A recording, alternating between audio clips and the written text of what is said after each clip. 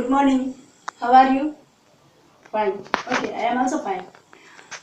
Okay, हम last class में हम क्या पढ़े थे? तो अभी कबीरदास के बारे में पढ़े थे। और कबीरदास किस काल के कवि थे? वो तो भक्ति काल के कवि। काल के बारे में मैं पहले ही बताई। काल मतलब क्या है?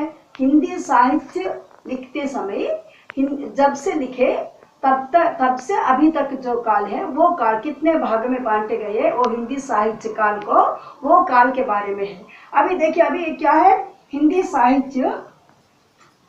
अभी ये हिंदी साहित्य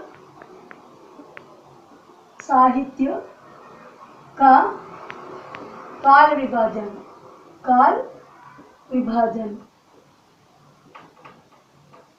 देखिए अभी ये काल विभाजन कितने हैं? ये चार है। एक तो क्या है? वीरगाथा काल। और देखिए अब सेकंड वाला क्या है? भक्ति काल। तो अभी ये भक्ति काल के बारे में मैं बताई। इसके बाद क्या है? रीति काल। और चौथा क्या है? अभी आधुनिक काल। देखिए अभी क्या है कितने प्रकार है? 4 प्रकार है। ये 4 प्रकार कब से कब तक है मैं बताई, मगर और एक बार मैं बता रही हूँ सुनिए। अभी ये पहला वाला वीरगाथा काल के लिए आदिकाल भी कहते हैं। जब ये साहित्य लिखना शुरू किए वो तब से है। कब शुरू किए?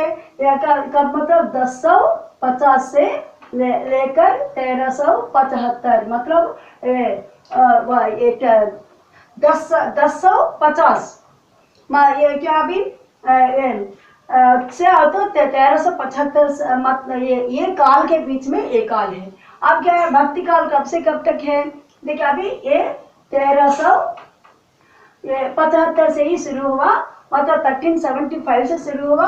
अभी 1700 मतलब 1700 तक ये काल है। एक बीच की काल को भक्ति काल कहते हैं। अभी क्या है? रीति काल। रीति मतलब क्या है? 1700 मतलब 1700 से 1900 मतलब ये 1900 1700 to 1900 तक काल को रीति काल कहते हैं।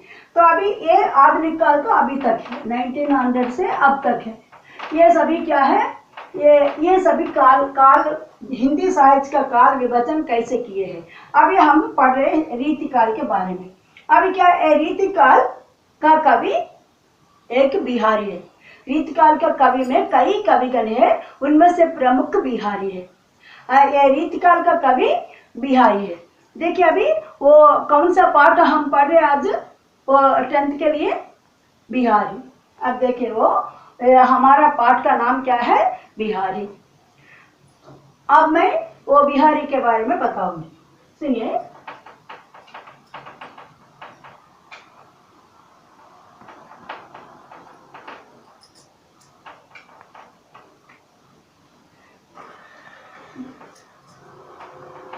अब देखिए ये वाला है हमारा कवि बिहारी को मैं अभी दिखाऊंगी। ये सुनिए, ये है हमारा ये रीतकालीन कवि है बिहारी। ये बिहारी जो है ये रीतकाल में सर्वश्रेष्ठ कवि है। वो ये बिहारी हमारा पाठ क्या आज का पाठ है? कक्षा कितना है? 10वीं। पाठ क्या है आज का? पाठ बिहारी। तो अभी ये बिहारी क्या कौन है? मतलब ये बिहारी ये है। देखिए अभी ये बिहारी कवि ये है।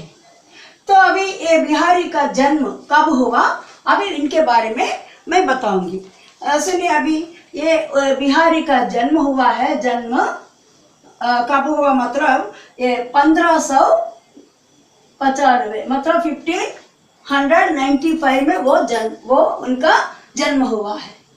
अभी ये उनकी मृत्यु उनकी मृत्यु कब हुई, मतलब ये 1663, मतलब 1663 में उनकी मृत्यु हुई है। अभी उनका जन्म है, उनकी मृत्यु है। अभी क्या हुआ इनके बारे में थोड़ा है।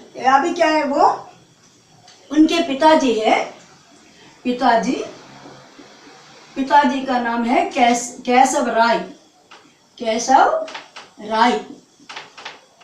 ये उनके पिताजी केशव राय है। तब ये केशव राय है क्या कि वो तो ये क्या वो पहले एक बार क्या कि एक केशव राय ये ओरछा आ गए हैं। ओरछा नामक एक शहर में आ गए हैं। वो पिताजी ओरछा नामक एक शहर में वो आ गए हैं। तो अभी क्या हुआ, ये यहाँ पर वो ये भी पिता के केशव राय के साथ ये बिहारी भी उनके साथ ओरछा आ गए हैं। ओरछा में उनको ये आचार्य केशवदास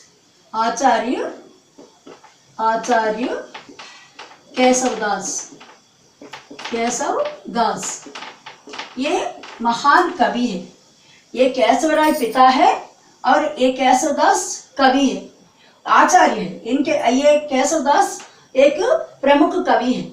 तो ये आचार्य केशवदास के पास ही ये बिहारी पूरा काव्य कैसे लिखना है ये सभी सीखे हैं। तो अभी उनके एक गुरु जैसे है। तो अभी बिहारी जो है बिहारी के गुरु है, गुरु आचार्य केशवदास। अभी दोनों भी केशव राय पिताजी और केशवदास उनके गुरु है। तो अभी इनके बारे में पता चला। भी ये अभी क्या है, ये एक प्रकार की एक क्या है, कवि बिहारी ऐसे कवि है। एक रीति मतलब क्या है, रीति का अर्थ है रीति मतलब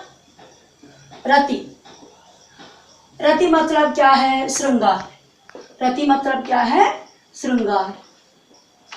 ये देखिए अभी ये श्रृंगार कवि मतलब क्या है, कई प्रेमी प्रेमिकाओं के बीच में प्रेम भावना, ये सभी भावना को व्यक्त करने वाले जो कुछ है वो सभी भी ये लिखे हैं। इसीलिए क्या है, वो श्रृंगार कवि में सर्वश्रेष्ठ है।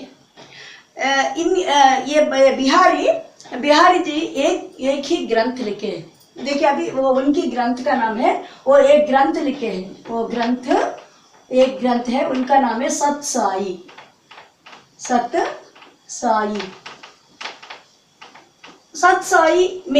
सतसाई मतलब एक बड़ा ग्रंथ है। ये बड़ा ग्रंथ में 700 देखिए अभी ये इतना बड़ा ग्रंथ है सतसाई। 702 है